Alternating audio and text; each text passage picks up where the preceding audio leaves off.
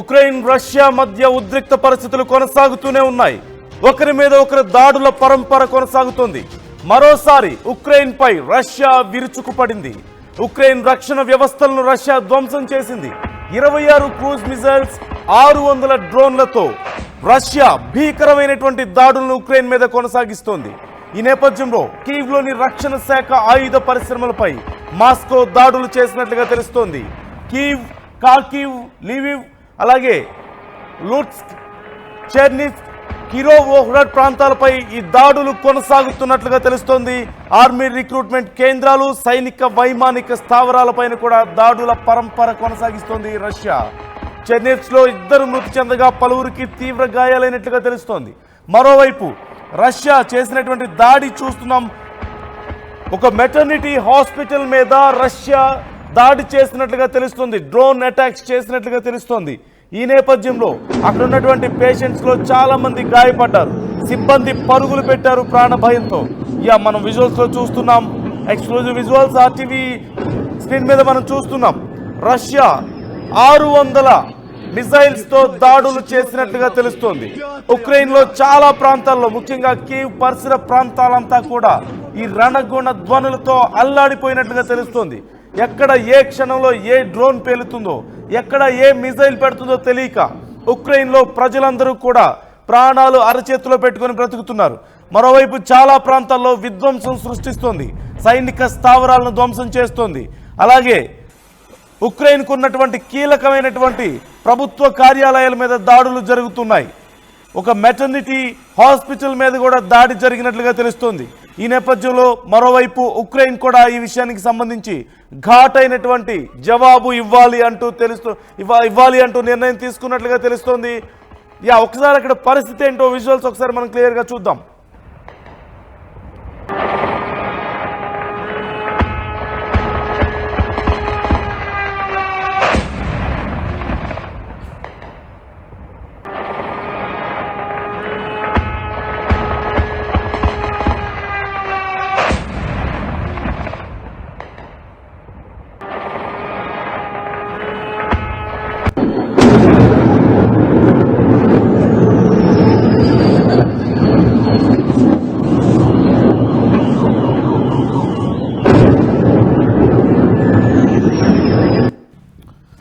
మొత్తం 600 డ్రోన్లు, క్షిపణులతో రష్యా భీకరమైనటువంటి దాడులు కొనసాగిస్తోంది.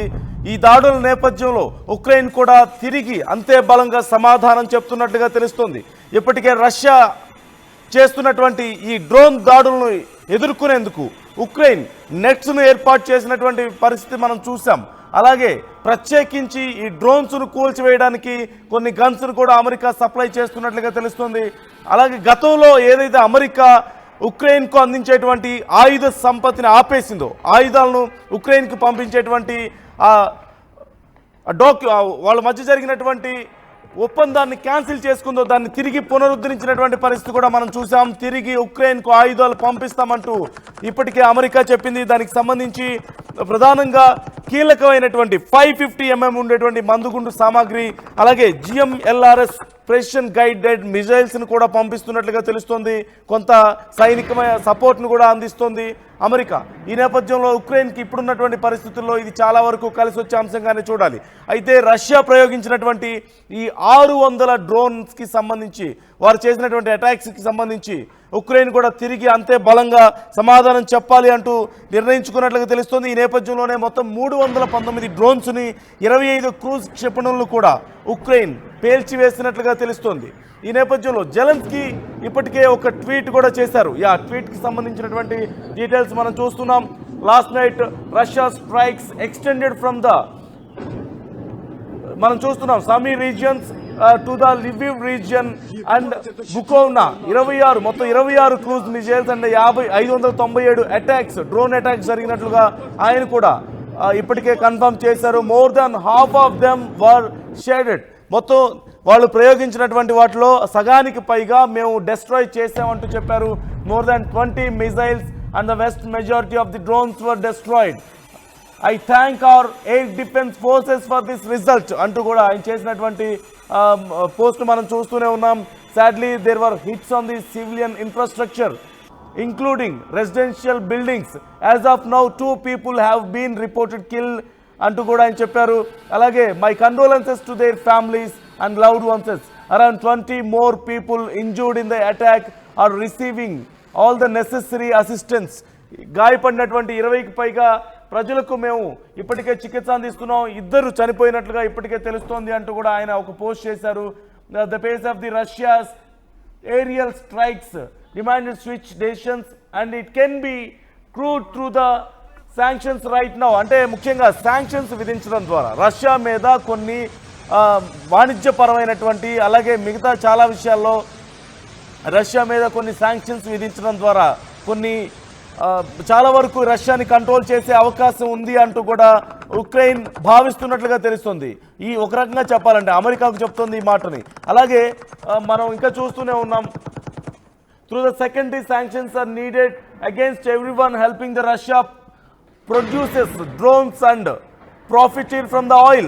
అంటే రష్యాకు ఆయిల్ ద్వారా ఎవరైతే మద్దతు చేకూరుస్తున్నారో వాళ్ళకి రష్యాకి ఆయిల్ ద్వారా ఆయిల్ అమ్మకాల ద్వారా వస్తున్నటువంటి లాభాల ద్వారా ఇంత దారుణంగా మా మీద దాడి చేస్తుంది కాబట్టి అలా హెల్ప్ చేస్తున్న కంట్రీస్ మీద కూడా శాంక్షన్స్ ఉండాలి అంటున్నారు.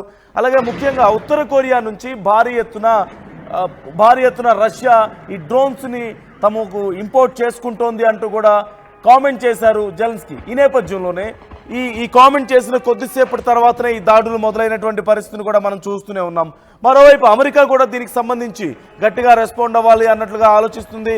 ఈ అంశానికి సంబంధించి ఫుల్ డీటెయిల్స్ నా కొలీగ్ సచిన్ అడిగి తెలుసుకుందాం. సచిన్ కూడా ఈ అంశానికి మొదటి నుంచి కూడా రష్యా ఉక్రెయిన్కి సంబంధించినటువంటి వార్ని ఎప్పటికప్పుడు ఫాలో అవుతూనే ఉన్నారు. రైట్ సచిన్, డీటెయిల్స్ ఎలా ఉన్నాయి? ఓవైపు అమెరికాను అడుగుతోంది ఉక్రెయిన్, అలాగే ప్రపంచ దేశాల్లో ఆయిల్ ట్రేడ్ ద్వారా రష్యాకు అందుతున్నటువంటి ఇన్కమ్ని కూడా కొంత డ్యామేజ్ చేయాలి అంటూ కోరుతుంది, శాంక్షన్స్ విధించాలి అంటూ కూడా కోరుతున్నట్లుగా తెలుస్తుంది ఉక్రెయిన్. మరి అమెరికా ఎలా రెస్పాండ్ అయ్యే అవకాశం ఉంది దీనికి సంబంధించి? మరి ముఖ్యంగా రష్యా కీవ్కి సంబంధించి ఆయుధ పరిశ్రమలు దాదాపుగా 600 డ్రోన్లకు సంబంధించి ఇటు యుక్రెయిన్ మీద రష్యా ముందు నుంచి చెప్పుకొచ్చింది. ఎప్పుడైతే జూన్ 2న యుక్రెయిన్ రష్యా మీద దాడి చేస్తుందో ఆ దాడి తర్వాత పరిస్థితులు మనం గమనిస్తే కనుక రష్యా ఇటు యుక్రెయిన్ మీద కూడా దాడిని తీవ్రతరం చేస్తుంది. అప్పుడే దాదాపుగా 400 పై చిలుకు. మరి ముఖ్యంగా జూన్ 2 తర్వాత జరిగిన ఆ అంశం గురించి మాట్లాడుకుంటే జూన్ 30న ఒక్కసారిగా 477 డ్రోన్లను ఉపయోగించింది. అదే బిగ్గెస్ట్ అటాక్ అని మాట్లాడుకున్న సందర్భం. ఆ తర్వాత అంటే జూన్ 30 తర్వాత నుంచి మాట్లాడుకుంటే తర్వాత జూలైలో కూడా దాదాపుగా 100 డ్రోన్స్ను ఉపయోగించింది.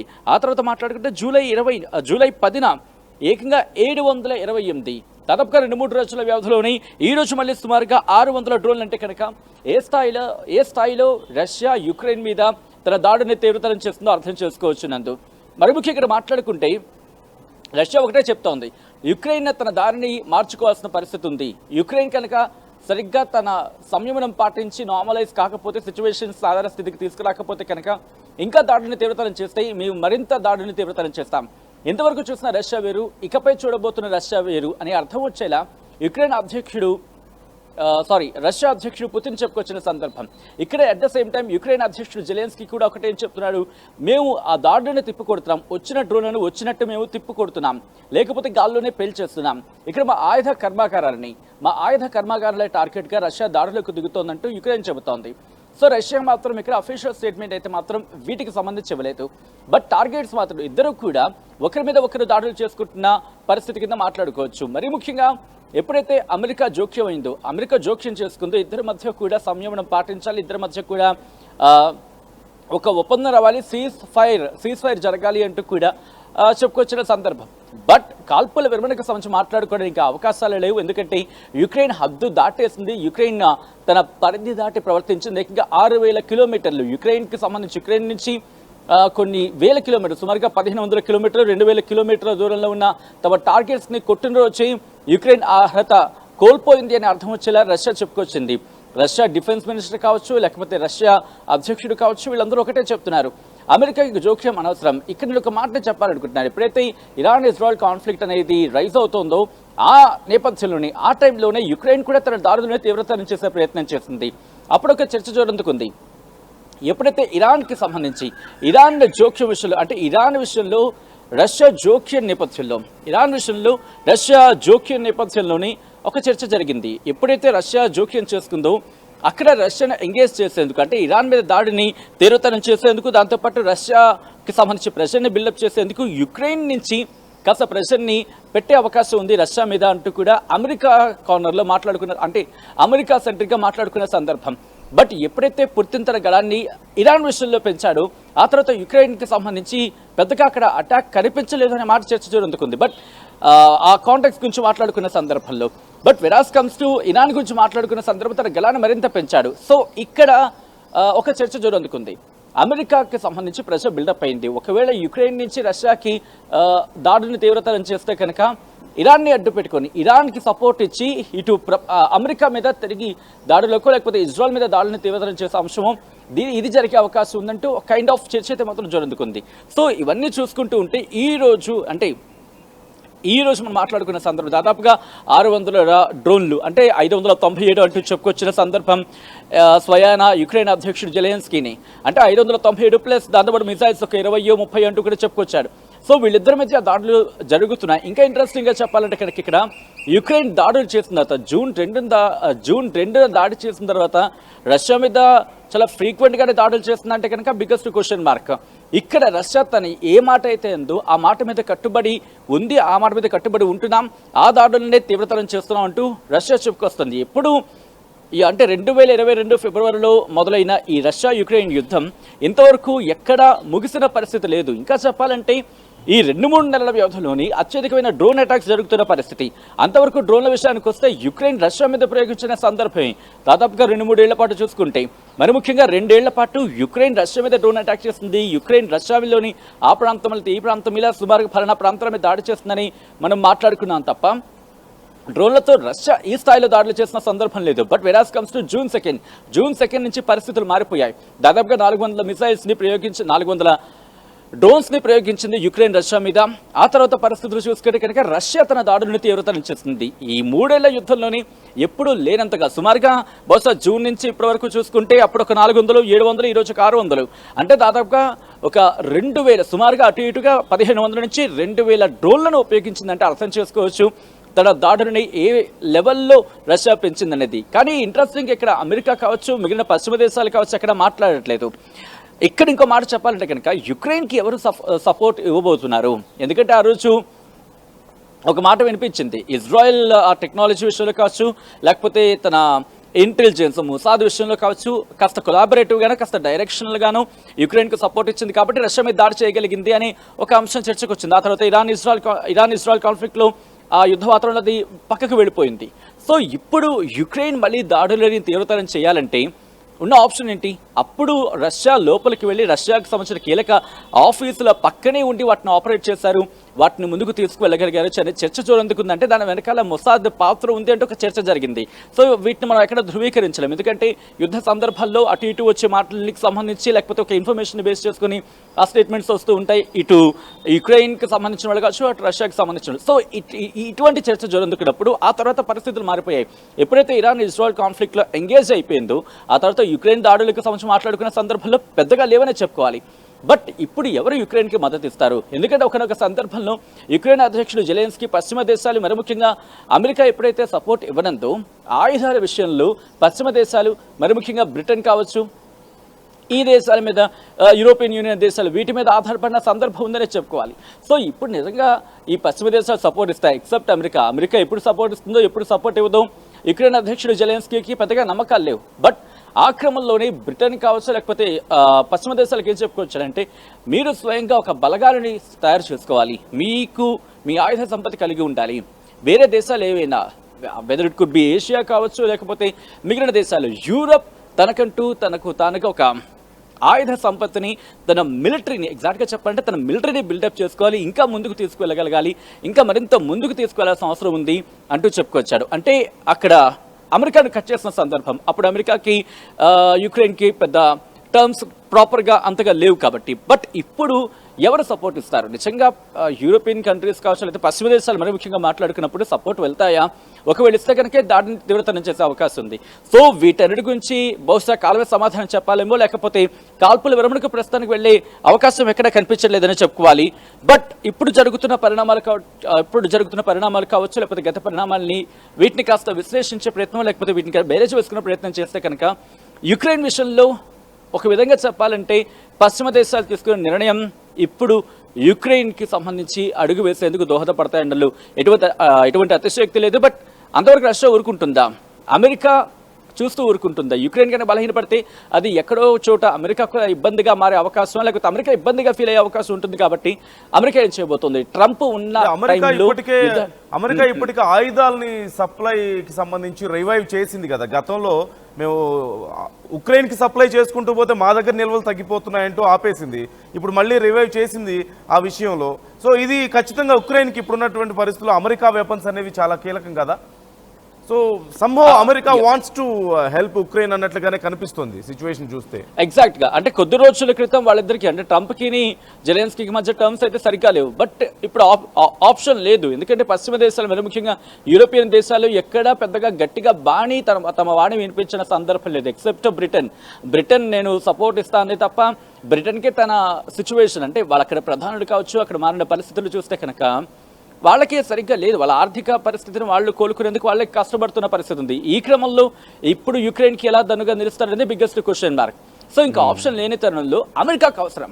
ఇక్కడ మనం మొదటి నుంచి మాట్లాడుకుంటుంది అదే, అమెరికాకు అవసరం. అమెరికాకు ఇక్కడ మన ఏషియాకి సంబంధించి పాకిస్తాన్ ఎటువంటి కీలక స్థావరము, చైనాకి సంబంధించి కొరకరాని కొయ్యగా మార్చడానికి తైవాన్ వాళ్ళకి ఎంత ముఖ్యమో, అట్ ద సేమ్ టైం ఇక్కడ యుక్రెయిన్కి సంబంధించి అంటే రష్యా విషయంలో యుక్రెయిన్ కూడా అంతే ముఖ్యం.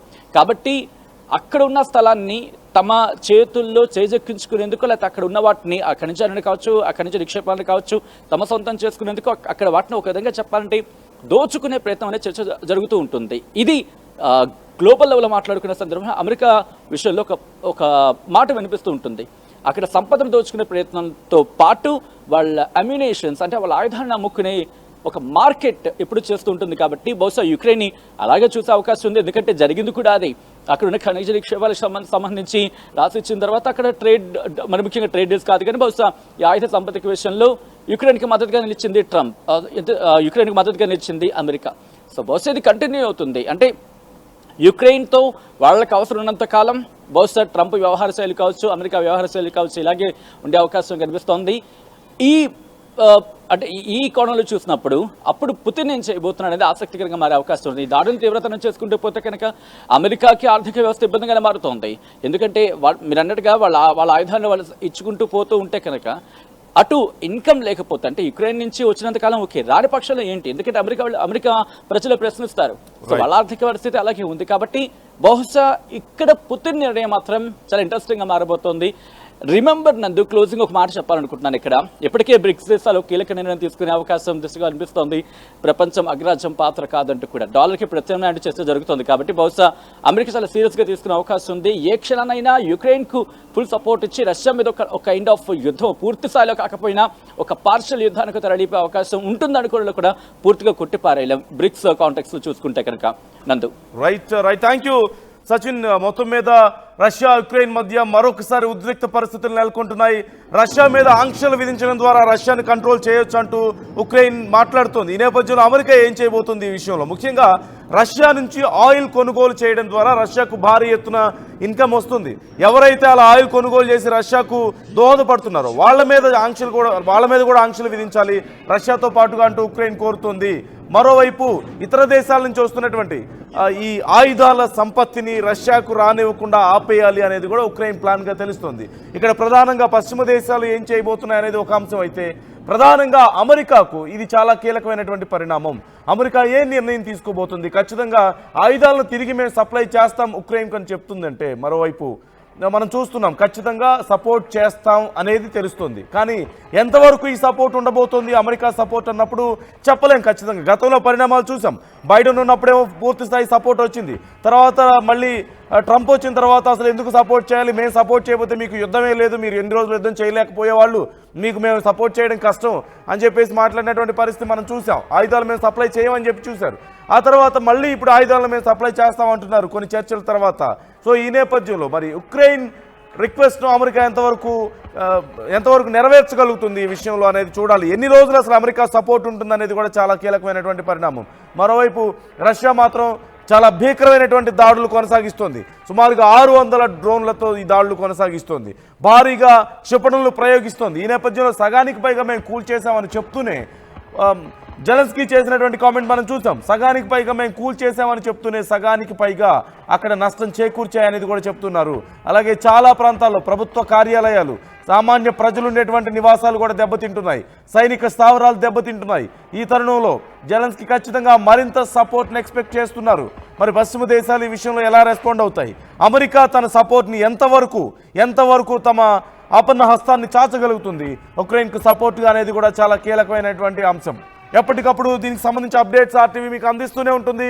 జరుగుతున్నటువంటి పరిణామాల మీద కూడా మీరు మీ అభిప్రాయాలను కామెంట్ రూపంలో షేర్ చేయండి.